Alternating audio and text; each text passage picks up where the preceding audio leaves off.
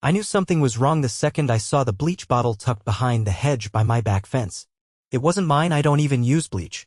But my service dog, Jasper, had been puking his guts out for 2 days and I'd been racking my brain trying to figure out why. The vet said it looked like chemical poisoning. And now here I was, holding the answer in my hand, staring at the HOA president's house just across the street. Her name is Dolores Langford. Mid-50s, always wearing that pastel visor like she's running a country club instead of a suburban HOA. From the day I moved in, she had it out for me. Something about me lowering the property value with my truck and my dog. Never mind that I'm a disabled veteran and Jasper is a certified service animal. She didn't care. She wanted everything to look like a brochure for a gated community, and I didn't fit the aesthetic. It started with petty things. Notes on my door about leaving my garbage bin out 1 hour too long. A warning about Jasper relieving himself too close to the curb. Then came the fines: $50 for unapproved lawn furniture, $75 for disruptive barking when Jasper barked once at a squirrel. I tried to stay civil. Dolores, I'd said once, this dog keeps me from falling apart. He senses my panic attacks before I do. She just raised her plucked eyebrows and said, then maybe you shouldn't live in a community with standards, Mr. Orrin Riles.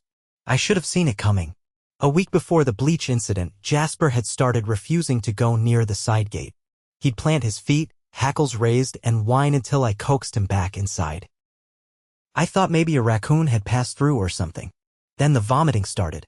I rushed him to the emergency vet and they said he'd ingested something caustic. Bleach was the likely culprit.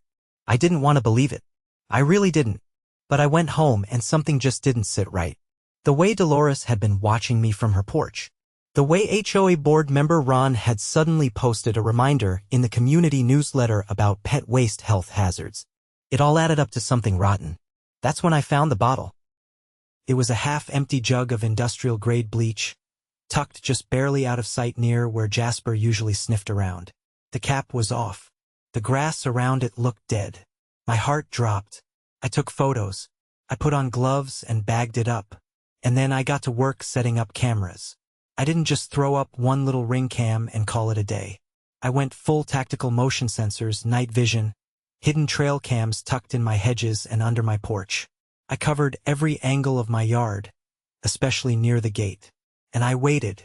3 nights later, at 2 in the morning, I caught her. There she was, Dolores Langford, in her powder blue robe and slippers, tiptoeing along the side of my fence with something in her hand. She crouched near the gate, poured a liquid into the grass, and looked around like a cartoon villain. Then she scurried back across the street to her house like she hadn't just committed a felony. I didn't sleep at all that night. I exported the footage, backed it up in 3 places, and called the police the next morning. Sir, the officer said, watching the video with eyebrows climbing higher by the second, this is actually pretty airtight. She tried to poison a trained service dog, I said. That's not just animal cruelty. That's attempted harm to a federally protected animal. They agreed, and they didn't take it lightly. By the end of that afternoon, 2 cruisers were parked at Dolores' curb.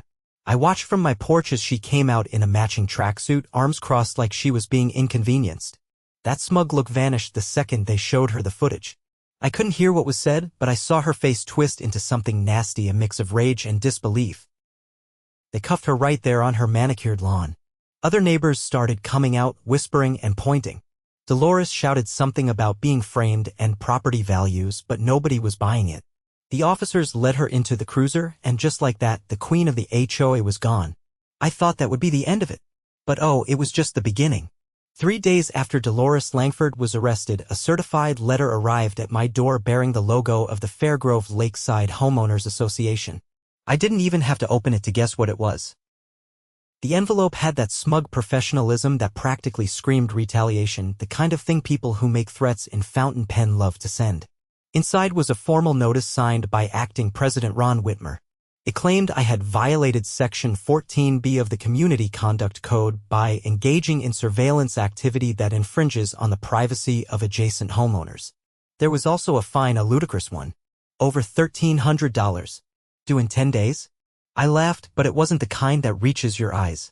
Jasper was still recovering. His appetite had returned, but he moved slower, curled up near vents as if cold even in the sun. I sat beside him on the floor, rereading the letter. They weren't even trying to hide it. This wasn't about cameras. It was about revenge. I picked up the phone and called my attorney, Layla Winters.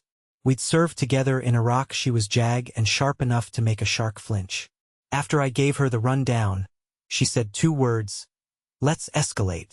She filed for a temporary restraining order against the HOA, citing retaliation under the Americans with Disabilities Act and the Fair Housing Act. While that was processing, she also filed an emergency appeal to the city zoning board to investigate the HOA's conduct. 2 days later, I came home to find my mailbox had been pried open. The mail was gone: letters, bills, even a package that had tracking confirmation. I flagged down the postal carrier the next morning. He frowned when I told him. "You're not the first," he said, glancing around. "Third house this week.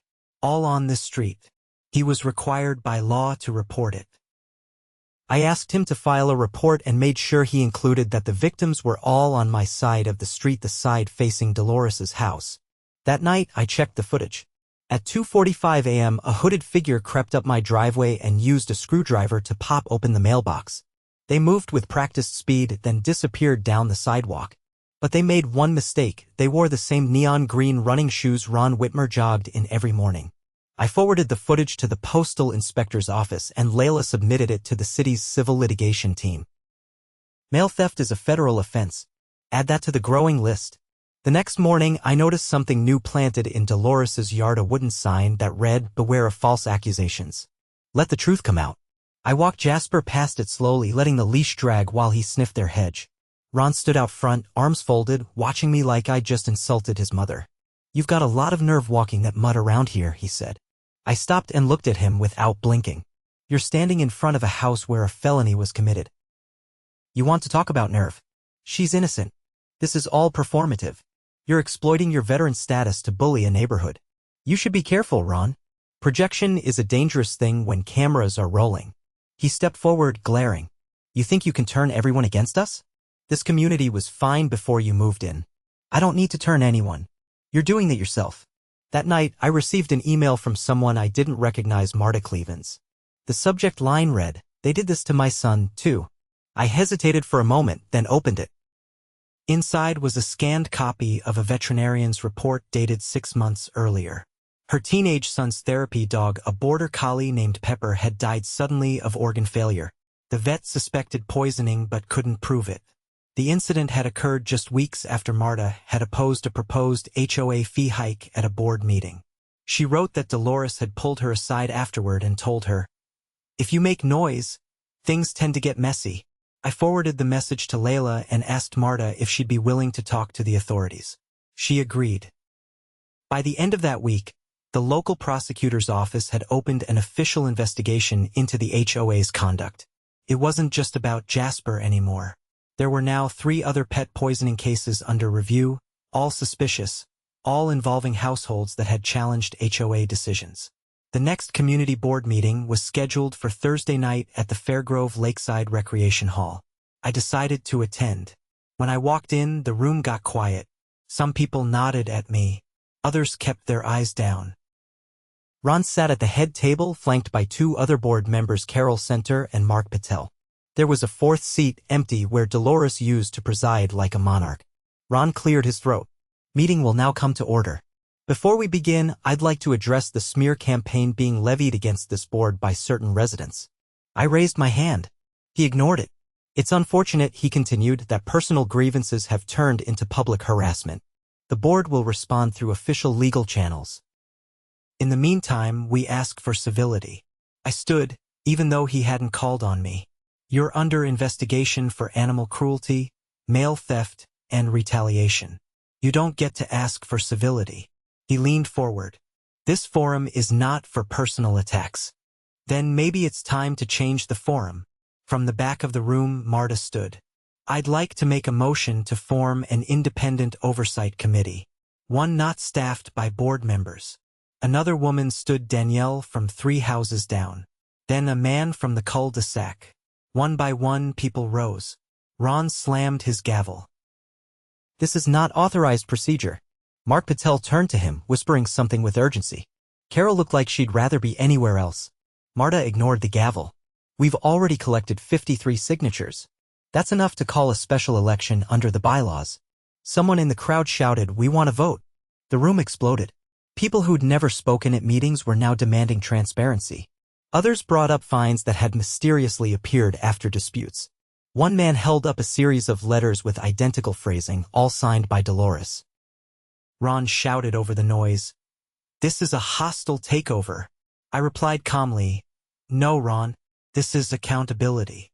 The next morning, I found a pile of shredded papers dumped on my front lawn. I didn't bother to clean it up. I just photographed it and added it to the ever-growing file.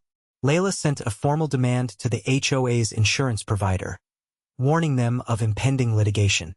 The board was now facing a potential class action suit from residents who'd been fined, harassed, or targeted. As complaints mounted, the city council ordered an audit of the HOA's financial records. That's when the real rot started to show. $2,000 in decorative landscaping improvements that never actually appeared. A $3,000 consulting fee paid to a company that didn't exist. And a recurring payment labeled Community Security Enhancement that was really just paying Ron's cousin to drive around at night with his headlights off. By the end of the month, the HOA's legal counsel had resigned. Mark Patel stepped down. Carol Center stopped responding to emails. And Ron? He was finally served with a subpoena.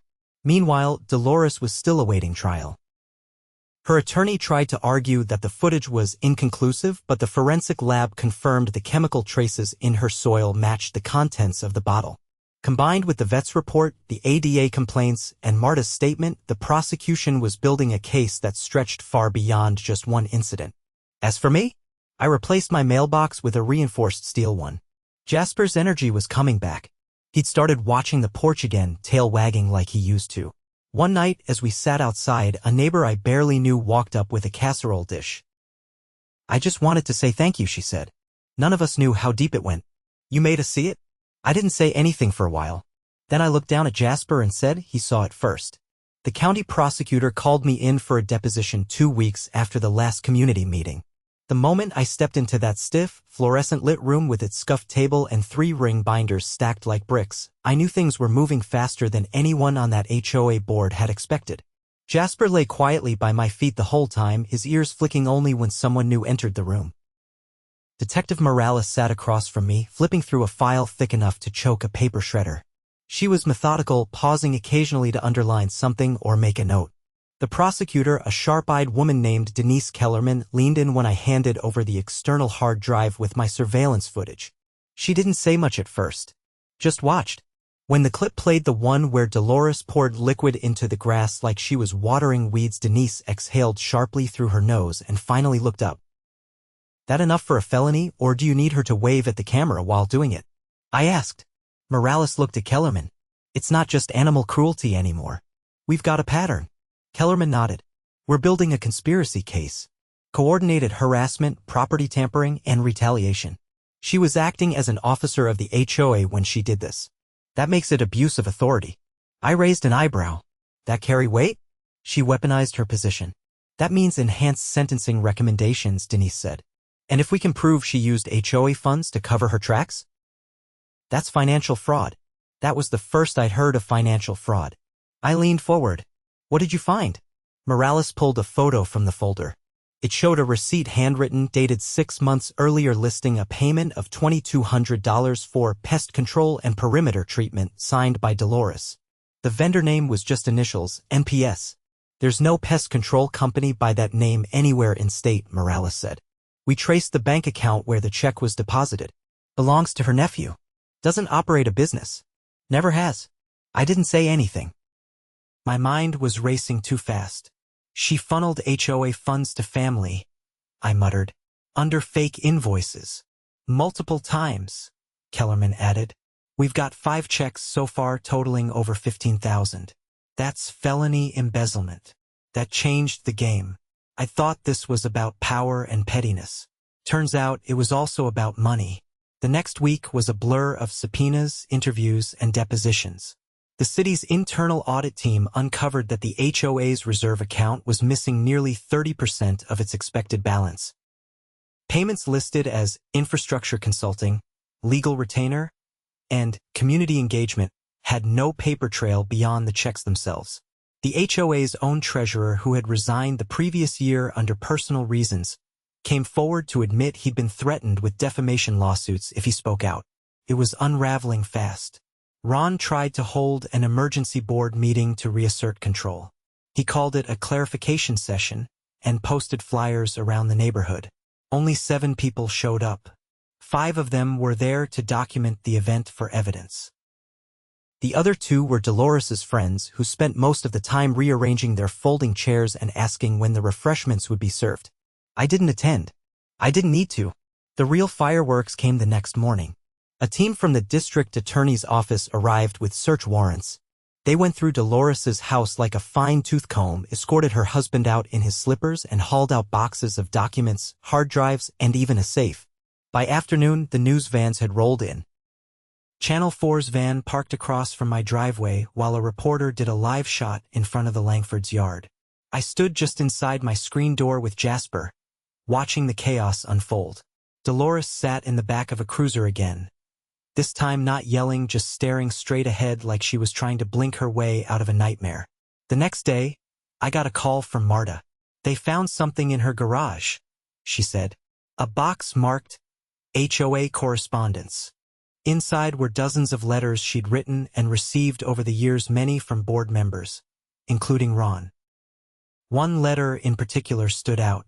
It was a printed email chain between Dolores and a woman named Francine, a former board member who'd moved away last year. In it, Dolores laid out a plan to strategically discourage undesirable residents through policy enforcement and social pressure. The phrase undesirable residents was underlined. I passed the information to Denise. That same afternoon, Francine was contacted by investigators. She didn't dodge.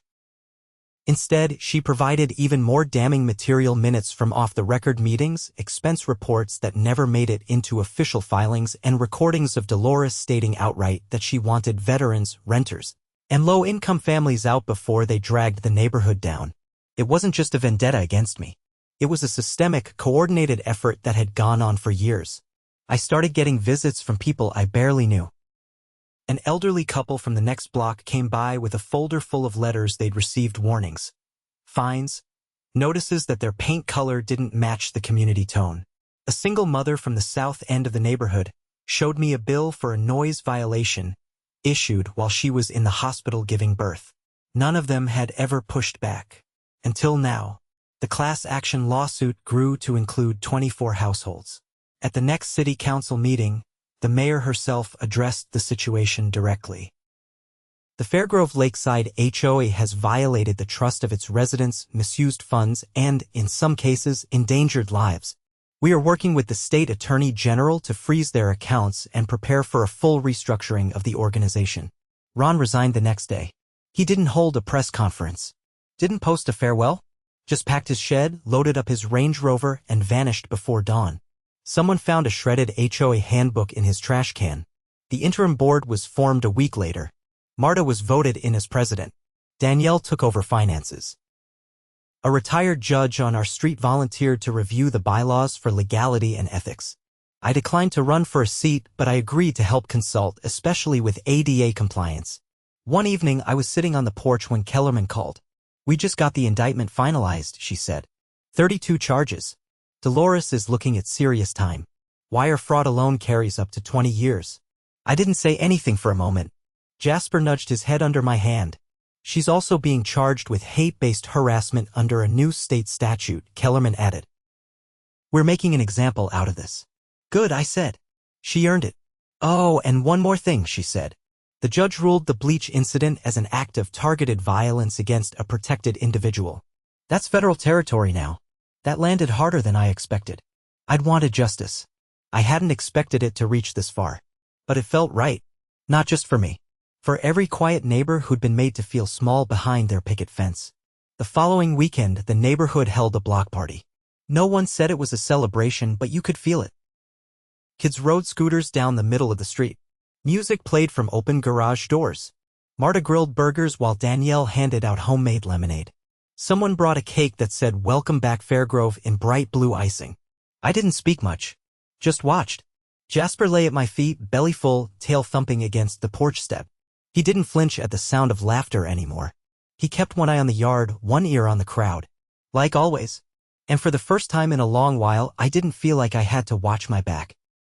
I just sat there, beside the dog who saved me more times than I could count, and let the neighborhood heal around us. It was a Thursday morning when the indictment went public. I was halfway through fixing the gutters on the back side of the house when my phone started vibrating nonstop. Jasper was sprawled out under the porch table, tracking squirrels with lazy eyes. I climbed down the ladder and checked the screen. 6 missed calls, 2 voicemails, and a dozen texts from neighbors and numbers I only half recognized. The local news had broken the story wide open. Not just Dolores's arrest, not just the HOA's collapse, but the full scope of what they'd uncovered. The charges against her now included criminal conspiracy to commit fraud, intentional poisoning of a federally protected service animal, financial embezzlement, and a newly added one tampering with evidence. Apparently, she tried to erase surveillance footage from her personal devices before the warrant hit. The forensics team recovered it anyway. Then came the part no one expected. The state attorney's office had discovered a second bank account, one not connected directly to the HOA, that Dolores had used to funnel over $25,000 over the past 2 years.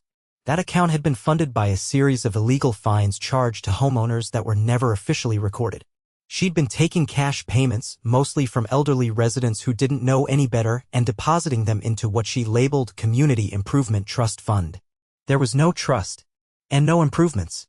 The worst part? Nearly half of those homeowners didn't speak fluent English. She'd been targeting them on purpose, knowing they wouldn't challenge the fines or ask questions. One man, Mr. Alvarez, a retired mechanic who lived 3 streets over, had paid over $3,000 in fines for violations that never even existed: trash bins, noise complaints, lawn code infractions, all invented. His daughter found out when she visited and saw the receipts. The state prosecutor filed additional charges: elder exploitation and financial abuse of vulnerable adults. I didn't celebrate. There wasn't anything sweet about it. It was like watching a wall finally collapse after years of termites had eaten through it. You're glad it's gone, but you're left looking at the mess it made on the way down. That afternoon, Marta called me. "There's something you need to see," she said. "Come by the rec center." When I got there, she was standing in a storage room with Danielle and Judge Harlan, the retired civil court judge who had volunteered to assist during the HOA's restructuring. They were gathered around a dented gray filing cabinet that had been wheeled in that morning from the HOA's former office, what used to be a converted den in Dolores's house. Marta opened the top drawer and pulled out a thick folder marked Non-Compliant Residents Tier 2. Inside were photos, dozens of them, taken from cars, behind hedges, through windows. Some were of me walking Jasper. Others were of Marta's house, of Danielle's backyard, of residents who had dared to question the board's decisions over the years. "These were taken without permission," Judge Harlan said quietly. She was surveilling residents. Danielle shook her head. This wasn't just about control. It was obsession. Then Marta handed me a smaller envelope from the bottom of the drawer. My name was written across the front in all caps. Inside was a copy of my original HOA application, annotated in red ink. Next to the word veteran, someone had scribbled unstable and circled service animal approval twice. There was a note affixed to the back: track yard activity. Dog is excuse. Probably gaming system. That was when I knew. They'd never seen Jasper as a dog. They saw him as a loophole. An obstacle. Something they needed to discredit to justify removing me. I walked out of the rec center without saying a word. Jasper was waiting in the truck, head resting on the window ledge. I opened the door and sat beside him for a long time, just listening to his breathing. The next few weeks were filled with city council hearings, budget reviews, and special sessions with the newly formed oversight committee. I stayed involved, but quietly. I didn't want a seat at the table. I just wanted the table to stop collapsing on people. Then came the sentencing hearing. Dolores Langford stood in front of the judge in a navy suit, lips pressed into a line so tight it looked like she was trying to fold herself inward. Her attorney tried one last time to frame it all as mismanagement and poor judgment. But the judge wasn't buying it. "You used your authority to exploit the vulnerable, to retaliate against dissent, and to endanger the life of a protected service animal," he said. "You did so with premeditation, with malice, and with the understanding that your position gave you power others could not easily challenge." You failed this community and you failed the law. She was sentenced to 17 years in state prison with eligibility for parole after 12. Her nephew, who had helped launder the fake pest control payments, was charged separately and took a plea deal, 5 years probation and restitution to the HOA. Ron Whitmer never showed up to court. He was found living in a rental cabin 3 towns over, using a prepaid phone and going by his middle name. The authorities picked him up quietly. He was charged with accessory to fraud and obstruction. 6 months later, he pled guilty and was barred from ever serving on a board or managing community funds again. The neighborhood changed. By late summer, the new board had implemented a full transparency policy. Every meeting was recorded and streamed. All fines required photographic evidence reviewed by at least 2 unrelated board members. And most importantly, the new bylaws included a clause making it illegal to issue HOA citations based solely on anonymous reports. The surveillance photos were turned over to the Attorney General's office for a separate investigation into privacy violations. It turned out Dolores hadn't just targeted our neighborhood. She had been part of a private Facebook group for HOA board members across the county where they shared tips on how to drive out residents who didn't fit. That group was shut down within a week of the news breaking. One evening, I walked Jasper past the old Langford house. It had been empty for months, the grass overgrown, the shutters beginning to peel. A for sale by owner sign leaned crooked in the yard. A new family moved in eventually. They had 2 kids and a rescue mutt that howled every time a car backfired. No one said a word. The new board made sure of that. Marta stopped by my place one evening in early fall. She brought a folder with her and handed it to me without speaking. Inside was a certificate of recognition from the city council. It named me as a civic advocate and acknowledged my unwavering commitment to justice, transparency, and the safety of all residents. I didn't know what to say. She poured herself a glass of iced tea and sat on the porch with me while Jasper snoozed at our feet, tail twitching in his sleep. For the record, she said, you didn't just stop her. You lit a fire under this whole place. We were sleepwalking. You made us see it. I looked out at the houses, the porches with wind chimes and toy-strewn yards, the patchy lawns and the occasional flag fluttering from a railing. I didn't do it for the neighborhood, I said. I did it because she tried to hurt him. Marta nodded. That's exactly why it worked. The sun dipped below the rooftops, casting everything in gold. Jasper stirred, blinked up at me, then rolled onto his side with a sigh. And just like that, it was quiet. Not the kind of quiet that comes from fear or forced order. The kind of quiet that says, for once, nobody's watching from behind a curtain. For once, you're just home.